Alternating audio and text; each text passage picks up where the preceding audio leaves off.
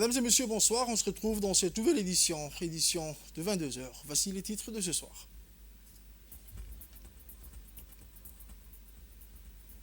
Dans l'actualité nationale, le chef de l'État regagne le pays à l'issue d'un déplacement privé en France.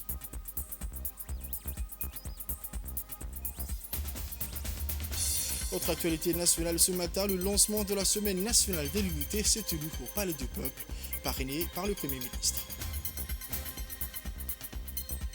Aux nouvelles mondiales à présent, au Proche-Orient, les bombardements tuent 783 personnes et blessées au moins 2312 au Liban. Les détails dans cette édition de ce soir. Le journal au complet à présent, mesdames et messieurs, le chef de l'État a regagné le pays à l'issue d'un déplacement privé à l'étranger. Le président de la République, son Excellence, M. Ismaël Omar Guelleh, a regagné ce dimanche, en début de soirée, le pays à l'issue d'un déplacement privé de quelques jours en France.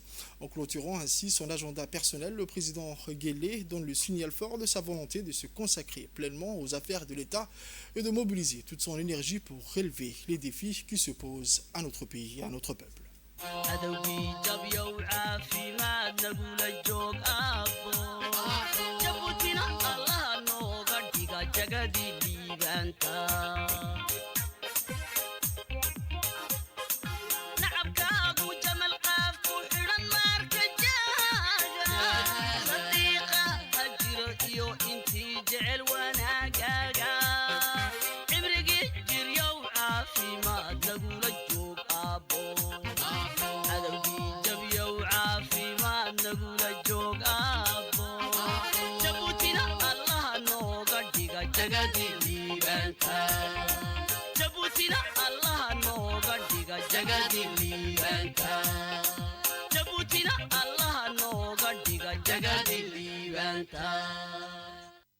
Le chef de l'État, son Excellence, M. Ismaël Omar Guelleh, a exprimé ses chaleureuses félicitations au président Xi Jinping et au peuple chinois dans le contexte actuel de commémoration de la fête nationale de ce pays ami.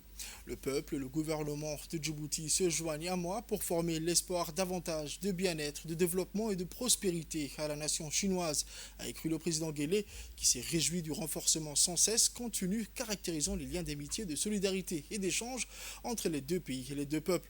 Le président de la République décrit ensuite les relations fructueuses entre la Chine et Djibouti comme le résultat de leur souscription commune à un nombre important de valeurs et de principes éthiques de premier plan dans le respect et la souveraineté des nations, la non-ingérence dans les affaires intérieures et la coopération autour de partenariats gagnant-gagnant. Soyez sûr, Monsieur le Président, que vous trouverez toujours auprès du gouvernement et du peuple de Djibouti tout le concours nécessaire au raffermissement des liens déjà privilégiés étendus à tous les secteurs d'activité et de développement durable entre nos deux nations, a dans son télégramme noté également le chef de l'État, réitérant ses chaleureuses félicitations au président Xi Jinping et à l'ensemble du peuple ami chinois. Actualité mentionnée dans les titres, le Premier ministre, M. Abdelkader Kamel Mohamed, a parrainé ce matin la cérémonie du lancement de la Semaine nationale de l'unité dans son deuxième édition. La deuxième édition de cette festivité, le Fest Unité 2024, est placée sous le thème du dialogue intergénérationnel, préserver et transmettre la culture de l'unité aux jeunes générations. L'événement qui va se dérouler du 29 au 4 octobre sur l'ensemble du territoire vise cette année à valoriser le dialogue intergénérationnel et à sensibiliser les jeunes sur la prévention et la transmission de l'unité comme première valeur républicaine. Cette semaine nationale de l'unité a eu lieu au Palais du Peuple en présence des membres du gouvernement, le chef d'état-major général des armées, les députés parlementaires de la région d'Idikil, les préfets de région, les présidents du conseil, le président des communes de la capitale, le président du conseil régional, des représentants de la société civile et des représentants des organisations internationales. Cette semaine de l'unité et de la cohésion des Dikil est une belle opportunité pour notre pays de célébrer la richesse de sa diversité tout en valorisant son unité. Pour cette célébration, nous aspirons à construire un avenir où chacun se sent valorisé et intégré, contribuant ainsi à la paix et à la prospérité de notre société. Cette semaine placée sous les signes de la cohésion nationale met en avant les valeurs de la solidarité, de tolérance et de paix qui unissent l'ensemble des Djiboutiens, quelle que soit leur origine ou leur croyance. Des activités variées dans des conférences, des tables rondes, des expositions, expositions culturelles et des compétitions sportives seront organisées tout au long de la semaine à travers tout le pays afin de promouvoir la diversité culturelle de Djibouti et de sensibiliser le public à l'importance de l'unité nationale. La Semaine nationale de l'unité est également marquée par la participation active des jeunes, des femmes, mais aussi des organisations de la société civile en vue de renforcer le rôle dans la construction d'une nation prospère et inclusive.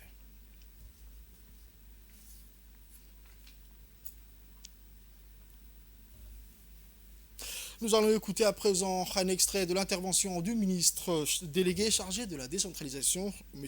Qassim Haroun Ali. Très honoré de participer à cet événement national qui réunit dans cette salle du Palais du Peuple les forces vives de la nation pour célébrer ensemble et dans la joie le lancement de la deuxième édition de First Unity 2024. Comme l'a si bien souligné le président de la région de Dikil, la première édition a été lancée dans la ville de l'unité Dikil et a eu un succès formidable. Et c'est la raison pour laquelle aujourd'hui nous dupliquons cette même festivité et impliquons d'autres régions, comme l'a souligné aussi, comme le programme le prévoit. Je félicite d'ailleurs en premier lieu le conseil régional de Dikil et la préfecture pour l'organisation de la première édition. Cette année, la même édition a été parrainée, et je remercie Madame la ministre de la Culture et de la Jeunesse pour l'organisation de cette deuxième édition de la First Unity qui ne manquera pas d'avoir un succès formidable aussi, comme je le souhaite, Inch'Allah. Mesdames et messieurs, permettez-moi de vous rappeler que la paix et l'unité sont des valeurs fondamentales inscrites dans la constitution de notre pays et qui, avec l'égalité, constituent la devise nationale. Cela témoigne de l'importance de cette célébration qui a pour objectif d'enraciner définitivement les principes de la paix et de l'unité dans notre société. On écoute à présent le Dr Ibo Moumin Assowe, ministre de la Jeunesse et de la Culture. Une immense joie et une profonde fierté que je m'étais avec vous aujourd'hui à l'occasion de ce lancement First Unité 2024, comme a été présenté par Mahad et placé sous le thématique dialogue intergénérationnel, préserver et transmettre la culture de l'unité aux jeunes générations. Et c'est pourquoi mon ministère a accueilli l'événement et le parraine cette année. Ce festival, donc, on est à sa deuxième édition, c'est important de le dire. Il y a eu une première édition qui a fait un succès. Et cette année, je pense que la préservation même de l'événement est assurée puisqu'on en est à sa deuxième édition qui va se dérouler du 29 au 4 octobre 2024. Et tout au long de la semaine sera relayée toutes ces valeurs qui sont républicaines et culturelles. Et souvent on l'oublie, l'unité est la première valeur de notre République de Djibouti. La ville de Dikil est symbole vivant de cette unité et nous accueillera que pour la clôture. C'est pour vous dire à quel point ils sont d'accord pour la partager, cette valeur. Entre-temps, les flambeaux vont voyager à travers toutes les autres régions. Ça a commencé dans les 3 communes de la capitale, et ça va voyager dans toutes les autres régions, avec à chaque escale un riche programme offrant aux communautés, plus particulièrement aux jeunes, de plateformes de discussion et de partage. Dikil nous rassemble ce matin et elle nous rassemblera tout au long de la semaine. Au cours de toute la semaine, cette région et l'esprit de Dikil va célébrer notre union dans la diversité. Elle est le témoin de notre histoire commune, comme le disait notre cher collègue Saïd, de nos luttes et de nos joies partagées. Au cours de cette semaine, nous allons mettre en relief cette histoire partagée, collective, mais aussi la richesse de nos traditions, nos patrimoines et l'importance de les protéger et les transmettre aux générations présentes et futures. Monsieur le Président du Conseil régional de Dikil, cher Mahad, puisque c'est lui qui porte le programme, avec le président du préfet aussi de Dikil. Ensuite, voici M. Saïd Nour Hassan, le ministre de l'Intérieur, a également fait son discours. National de l'unité que nous inaugurons aujourd'hui pour la deuxième fois transcende une simple célébration. Elle symbolise la flamme de notre identité collective, celle de notre cohésion nationale. Elle est celle qui éclaire chaque région, chaque ville et chaque foyer de cette terre qu'est Djibouti. Le Festival de l'Unité incarne à merveille ce que nous sommes. Il reflète les valeurs fondatrices de notre République. Paix, unité, cohésion sociale, solidarité. Ces valeurs profondément enracinées dans notre culture constituent les fondements de notre société. Aujourd'hui, elles rayonnent plus que jamais et c'est Dikil, aujourd'hui, région de l'unité, qui en est l'étendard. Le festival aujourd'hui, appelé Fest Unit, ne se contente pas de célébrer des activités culturelles. Il affirme notre identité nationale et rappelle notre héritage commun et souligne notre destin partagé. Ce festival s'inscrit pleinement dans les axes stratégiques de la vision de Djibouti 2035, impulsée par son Excellence le Président de la République, Al-Hajj Ismaïl Omar Guelleh. Cette vision 2035 repose sur des fondements solides, parmi lesquels la paix et l'unité nationale, ainsi que la promotion de nos valeurs culturelles. Voici le Premier ministre, son Excellence, M. Abdelkader Kamel Mohamed, qui a indiqué que cette journée inspire construire un avenir.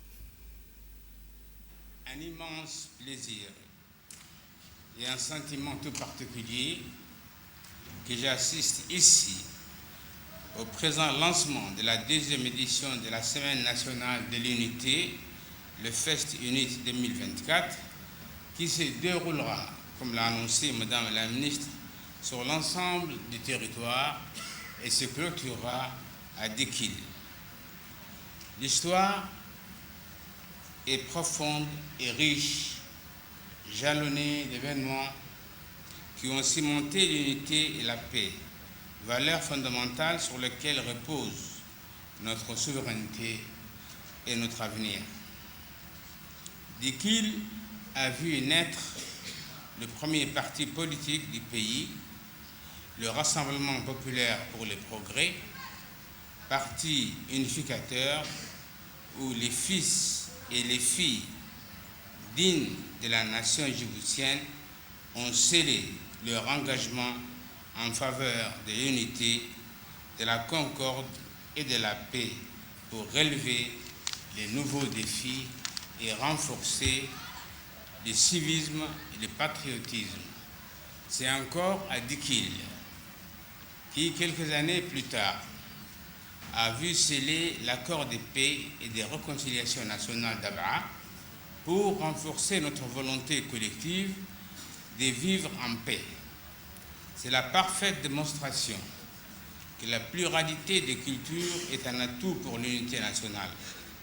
J'admire profondément ces jeunes artistes qui chantent aisément et indifféremment dans toutes les langues locales et dansent tout aussi bien le Wilwilo et le Lalé. Indéniablement, le Fest Unit est pour nous tous une célébration des valeurs républicaines. Aujourd'hui, nous entamons sa deuxième édition.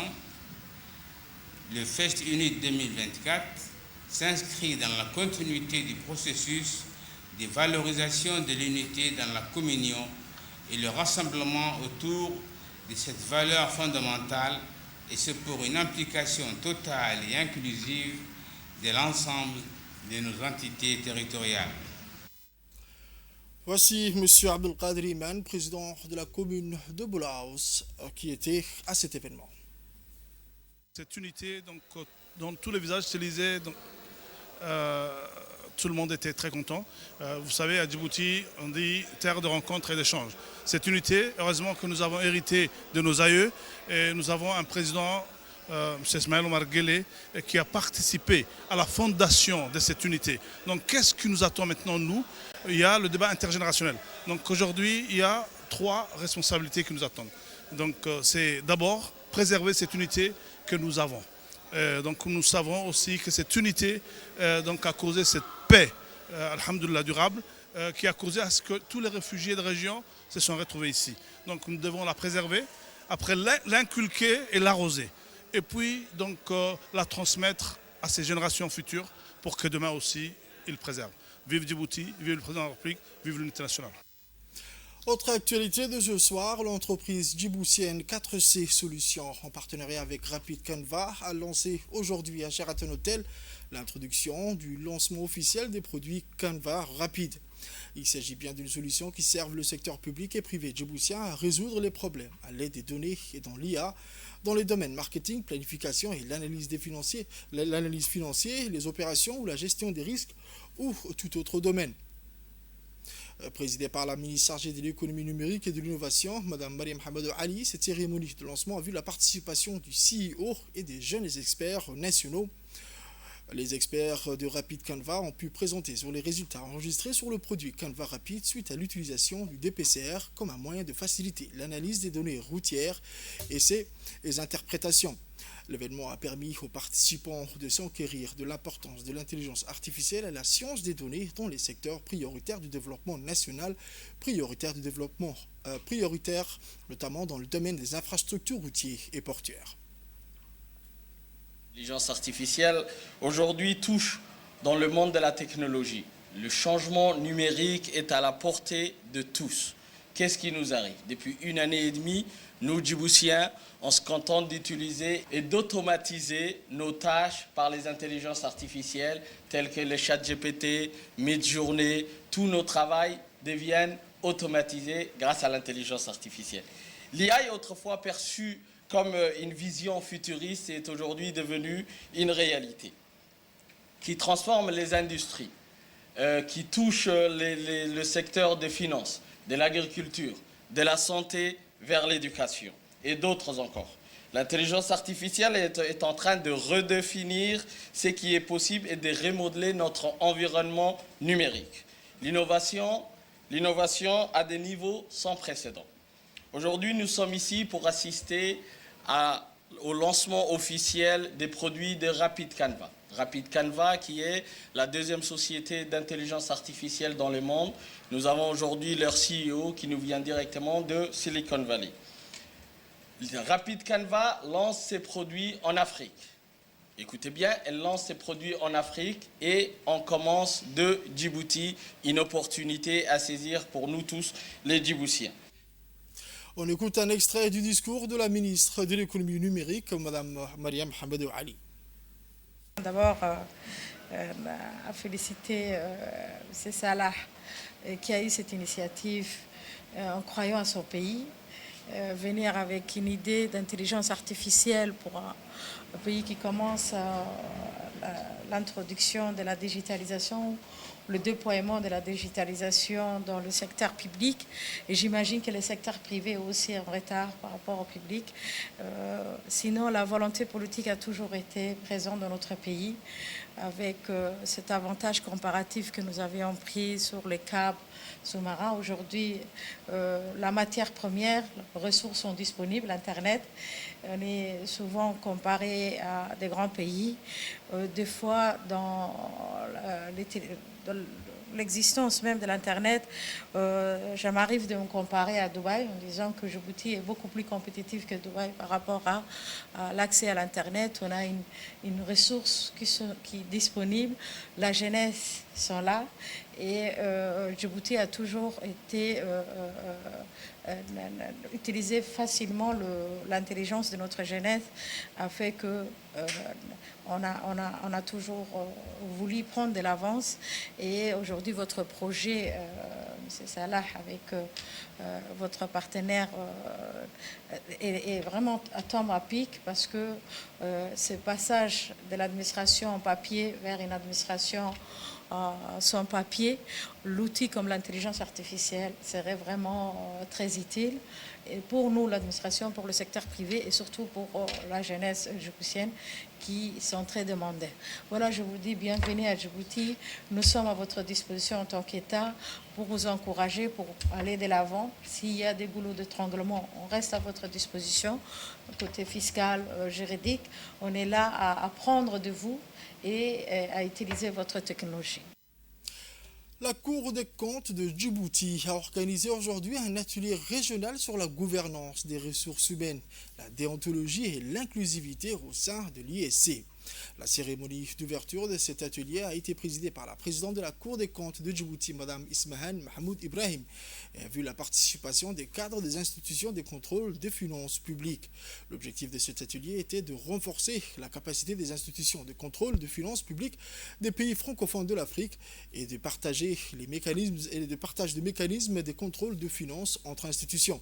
Cet atelier d'une durée de 5 jours rassemblait une quarantaine de délégués en provenance de plusieurs pays francophones de l'Afrique.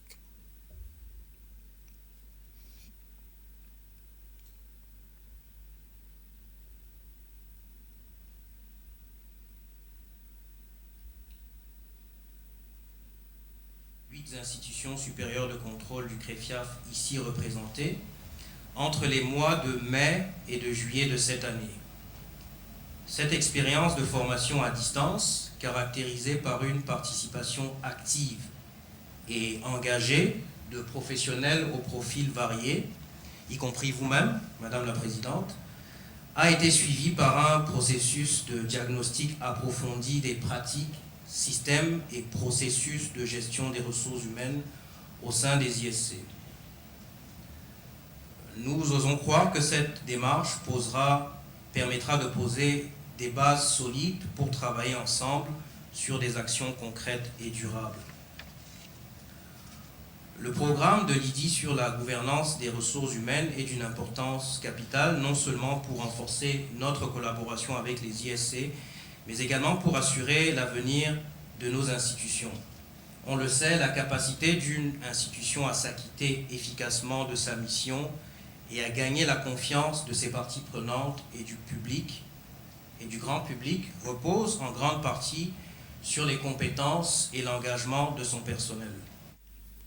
On écoute à présent les explications de la présidente de la Cour des comptes de Djibouti, Mme Ismahan Mahmoud Ibrahim.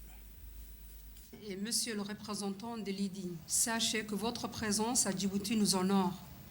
Je réaffirme et je confirme ici la disponibilité des autorités djiboutiennes, comme celle de la Cour des comptes, pour maintenir cette étroite confiance avec l'IDI et le GREFIAF, notre organisation professionnelle de la sous-région, pour aller plus loin et pour renforcer davantage et ensemble les capacités de nos institutions. Chers collègues, ce programme sur la gouvernance des ressources humaines, la déontologie, le genre, la diversité et l'inclusion, dit en abrégé Together, est un programme d'une importance capitale très ambitieux à l'adresse de nos ISC. Sachez qu'il s'inscrit dans un contexte de modernisation des institutions supérieures de contrôle des finances publiques à l'échelle du monde. En effet, il faut rappeler qu'il est mis en place par l'initiative de développement de l'INTOSA et qu'il s'inscrit dans un programme composé de 6 activités ou sous-programmes interconnectés qui aident les ISC à établir des structures et des pratiques de gouvernance solides. Dans ce contexte, la dimension performance des ressources humaines reste indéniablement le facteur clé de succès pour toute organisation comme pour une ISC. Il convient de souligner sa pertinence et je profite de cette opportunité pour remercier l'IDI pour l'avoir intégré dans son package d'initiatives relatives à la gouvernance des institutions supérieures de contrôle des finances publiques et notamment celle de la sous-région Afrique subsaharienne francophone. Cet atelier, qui consiste à assister les ISC dans l'évaluation de la gestion de ressources humaines dans le but de garantir une meilleure gouvernance dans leur système de gestion, regroupe aujourd'hui une trentaine de participants qui sont venus de 8 pays en provenance de l'Afrique francophone. Ensuite, le ministère de la Femme et de la Famille a organisé un atelier multisectoriel sur la politique nationale de l'enfance en partenariat avec l'USAID. Un événement qui a réuni des représentants de plusieurs secteurs clés qui visait à renforcer les mécanismes de suivi et à garantir une coordination efficace des initiatives destinées à la protection et au bien-être des enfants à Djibouti. Un atelier qui a été conçu également pour permettre aux différents acteurs institutionnels et partenaires techniques de discuter des moyens les plus efficaces de suivre et d'évaluer les progrès réalisés dans la mise en œuvre de la politique nationale de l'enfance. Les secteurs impliqués incluent l'éducation, la santé, la protection sociale ainsi que les droits des enfants. L'objectif principal de cette rencontre était de favoriser une meilleure synergie entre les ministères et les partenaires de développement afin d'assurer une mise en œuvre plus cohérente et harmonieuse des politiques en faveur des enfants. Pour l'année 2, sachant que l'année fiscale de l'USAID couvre la période du 1er octobre au 30 septembre. Donc nous sommes à la fin de l'année 2.